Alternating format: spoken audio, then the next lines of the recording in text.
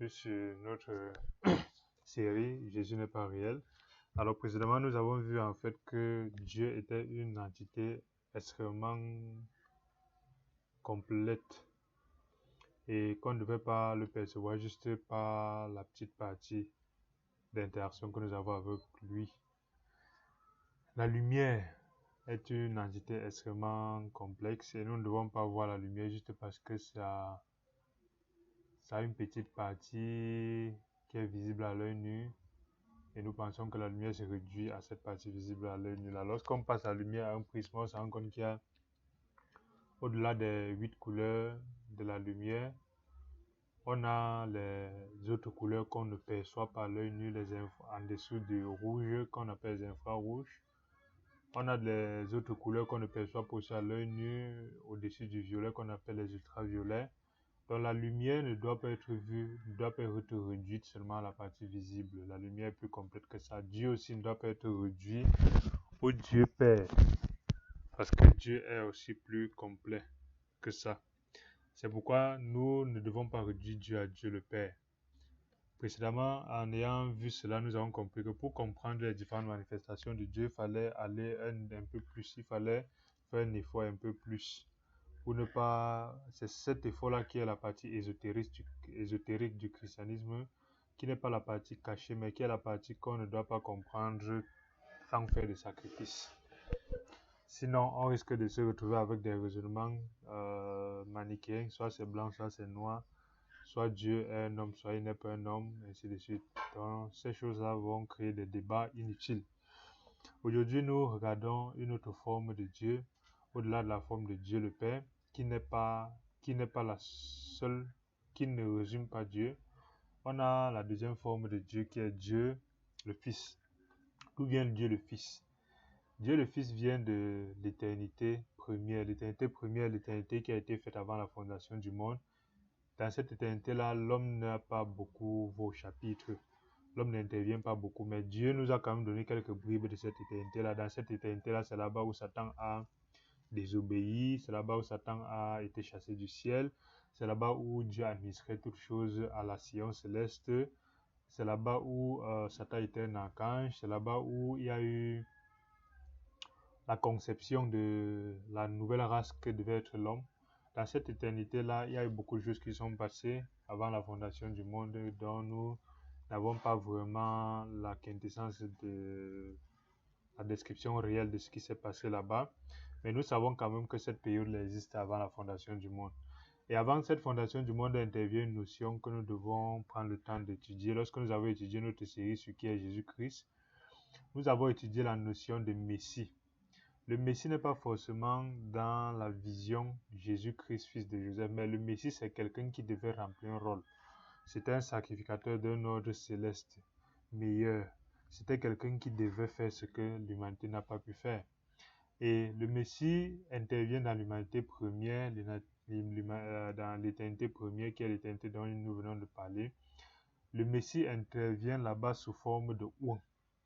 C'est-à-dire, quand Dieu a conçu avant la fondation du monde, il savait qu'il devait avoir un moment venu, là, le besoin pour l'être humain d'être sauvé une fois pour toutes. Et à ce moment, il a préparé ce qu'on appelait un ouin. Le ouin, le Machia, le Messie, le ouin. Ce ouin-là, en fait, a été disséminé partout dans la Bible, dans les récits pré-création du monde et après. Et ce ouin-là, à un moment donné, il s'est avéré avant d'arriver. Aujourd'hui, on sait que ce ouin-là, c'est Jésus-Christ. Mais d'où vient Jésus-Christ? Jésus-Christ est, au-delà des différentes manifestations qu'on a étudiées, c'est celui-là qui devait unifier en fait l'ensemble des plans de Dieu, le plan avant la fondation du monde et le plan après la fondation du monde. Il est cet élément unificateur-là qui unifie Dieu, les anges et l'humanité. Il unifie les différentes races, les différentes interventions. Alors ce ouin-là est celui qui nous connecte directement à Dieu, au-delà des difficultés qu'on a pu avoir avec le péché, au-delà des difficultés qu'on a pu avoir avec Satan qui nous empêche d'aller vers Dieu. et il est celui, le tremplin par lequel nous arrivons à Dieu. Et Dieu, étant lui-même le maître de son plan, à un moment donné, il a vu que si, après dans la première éternité, la seconde éternité, c'est l'éternité créée, qui est l'éternité dans laquelle on a la fondation du monde, la création du monde, jusqu'à aujourd'hui, nous sommes dans l'éternité seconde, dans la seconde éternité, qui n'est pas encore terminée et qui va se terminer après notre mort et dans le futur. Et Apocalypse donne une image de la fin de cette éternité-là, qui va encore créer la naissance d'une autre éternité. Et nous découvrons que Dieu lui-même, étant Dieu, a eu le rôle de Père lorsqu'il a créé, mais pour venir régler le problème des êtres humains, il ne pouvait pas s'approcher des hommes en tant que Dieu. En tant que Dieu, il n'est pas un être humain. En tant que Dieu, c'est un tonnerre. En tant que Dieu, c'est un être extraordinaire, c'est un être puissant. En tant que Dieu, il est tout. Il est l'alpha et l'oméga. En tant que Dieu, il n'est pas lié au temps. Mais l'être humain n'étant pas dans ces repères-là, pour pouvoir réaliser quelque chose dans le domaine de l'être humain, il fallait qu'il se dépouille de sa personnalité de Dieu le Père pour prendre une autre personnalité liée à l'être humain. C'est pourquoi il fallait qu'il devienne être humain pour pouvoir régler le problème lié aux êtres humains. C'est pourquoi d'où vient la personne de Jésus. La personne de Jésus est un vêtement pris par Dieu pour pouvoir régler un problème lié à l'humanité. La personne de Jésus ici, au-delà de la personne, a un rôle qui est le ouan, qui est un rôle qui est prédéfini avant la fondation du monde, qui est l'ouan de Dieu, prédéfini avant la fondation du monde. Et la personne de Jésus aujourd'hui a été une personne qui était humaine et qui devait être donc 100% humaine. Dieu a donc pris la forme 100% humaine pour venir habiter parmi nous. Et s'il habitait parmi nous, il fallait évidemment qu'il puisse être lié à l'ensemble des lois qui lient les êtres humains, ça veut dire le temps, ça veut dire l'espace. Ça veut dire que Jésus n'aurait pas pu donc vivre indéfiniment, de façon indéterminée. C'est pour ça qu'il fallait qu'il meure. Jésus ne devait pas vivre comme un ange. Jésus ne devait pas vivre. Dieu était 100% humain lorsqu'il a pris la forme de Jésus-Christ. Et lorsqu'il est arrivé, il n'aurait pas dû, puisqu'il est arrivé en tant qu'homme pour porter les péchés du monde, il ne serait pas juste que depuis l'an 0 qu'il est arrivé, aujourd'hui, il continue à vivre. Parce qu'il fallait qu'il soit un être humain plein. Et un être humain plein ne vit pas 1000 ans. Un être humain plein ne vit pas indéfiniment. C'est pourquoi, il est venu dans ce rôle-là, il a porté ce rôle de ouan. Il est devenu donc le ouan dont avant lui, on était le ouan qui permettait d'être sauvé avant lui. Et aujourd'hui, il est le ouan qui permet d'être sauvé après lui. Ça veut dire quoi? Ça veut dire que Abraham et Moïse ont reçu le salut à travers Jésus-Christ, à travers le ouan de Dieu, à travers le Messie. Mais c'était le Messie qui devait venir.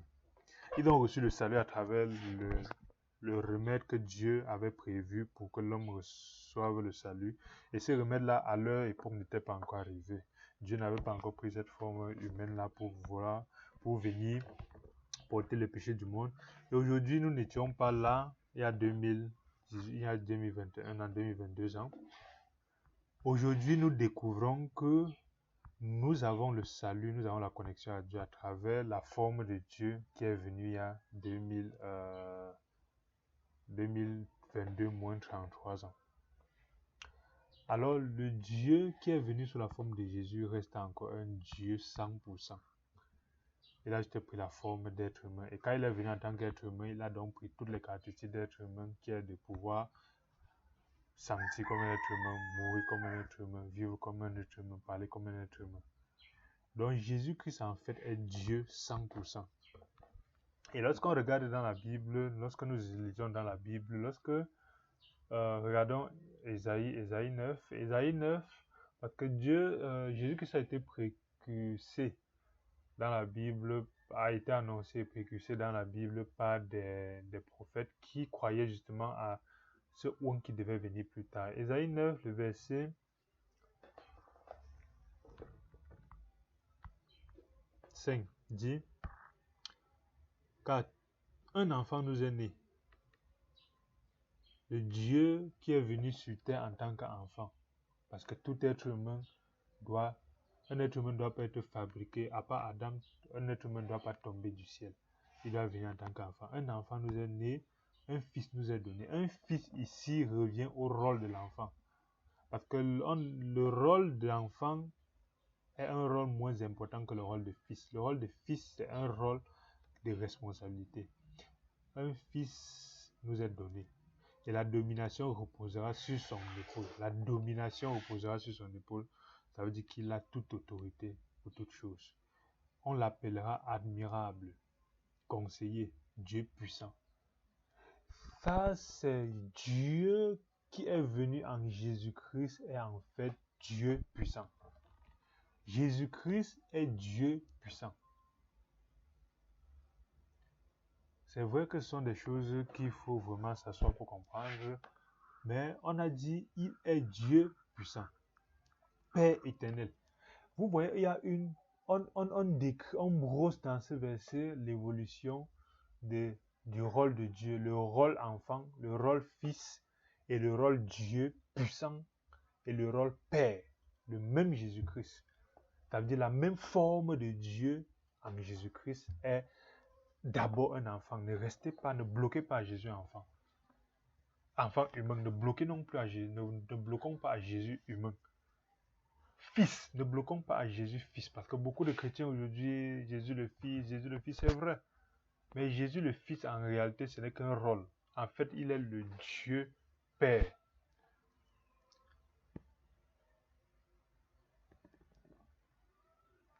Le verset 5 continue en disant, on l'appellera admirable, conseiller, le Dieu puissant.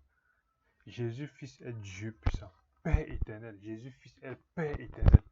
Donc Jésus fils n'est pas seulement une partie de Dieu, c'est vrai, c'est la parole faite chair, mais ça, ce sont des manifestations. Mais ici on dit il est Père éternel et prince de paix.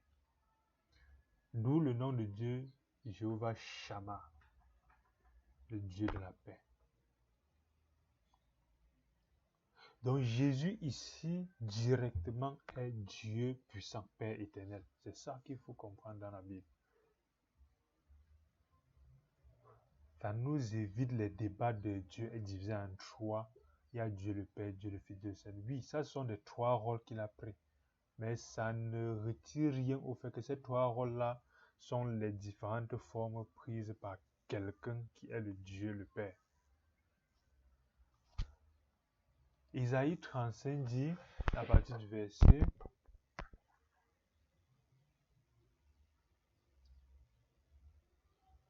Isaïe 35, regardons le verset Isaïe 35.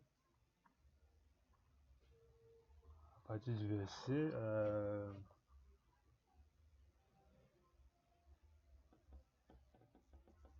3.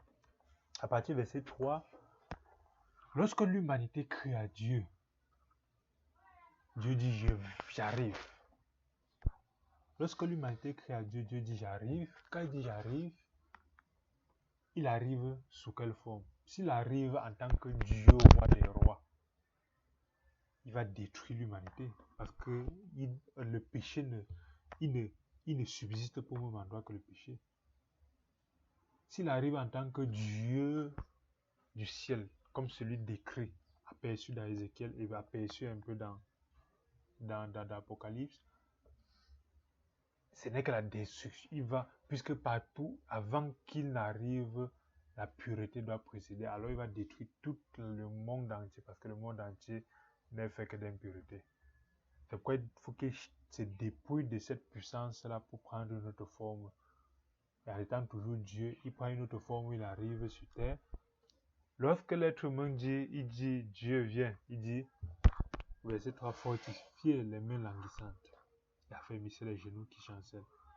Dites à ceux qui ont le cœur troublé, prenez courage, ne craignez point, car votre Dieu la vengeance viendra, la rétribution de Dieu. Il viendra lui-même et vous sauvera.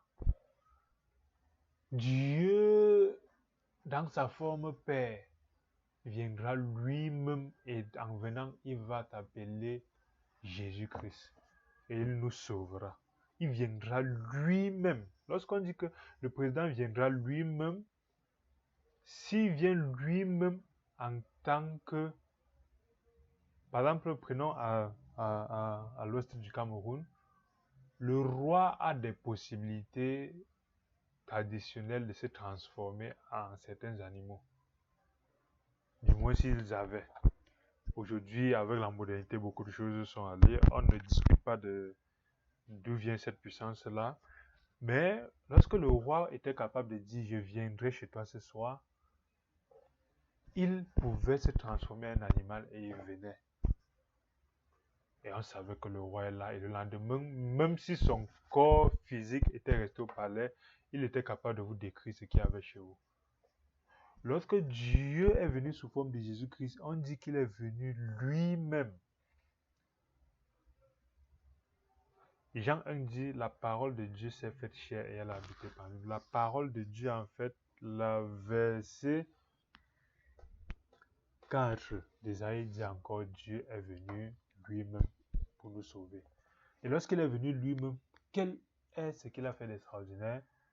On a dit, verset 5, les yeux des aveugles se sont ouverts, les oreilles des sourds se sont ouvertes, les boiteux ont commencé à sortir comme des cerfs, la langue des muets se sont déliées et les eaux ont jailli dans les déserts partout où il y avait l'aridité et les ruisseaux ont immergé.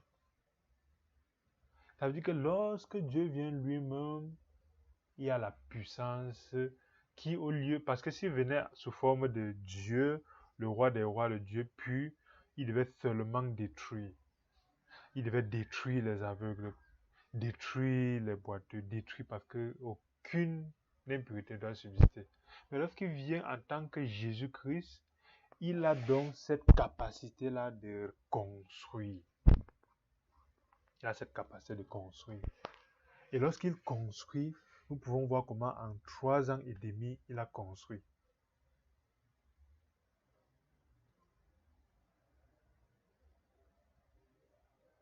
En 3 ans et demi, il a construit. Il a énormément construit.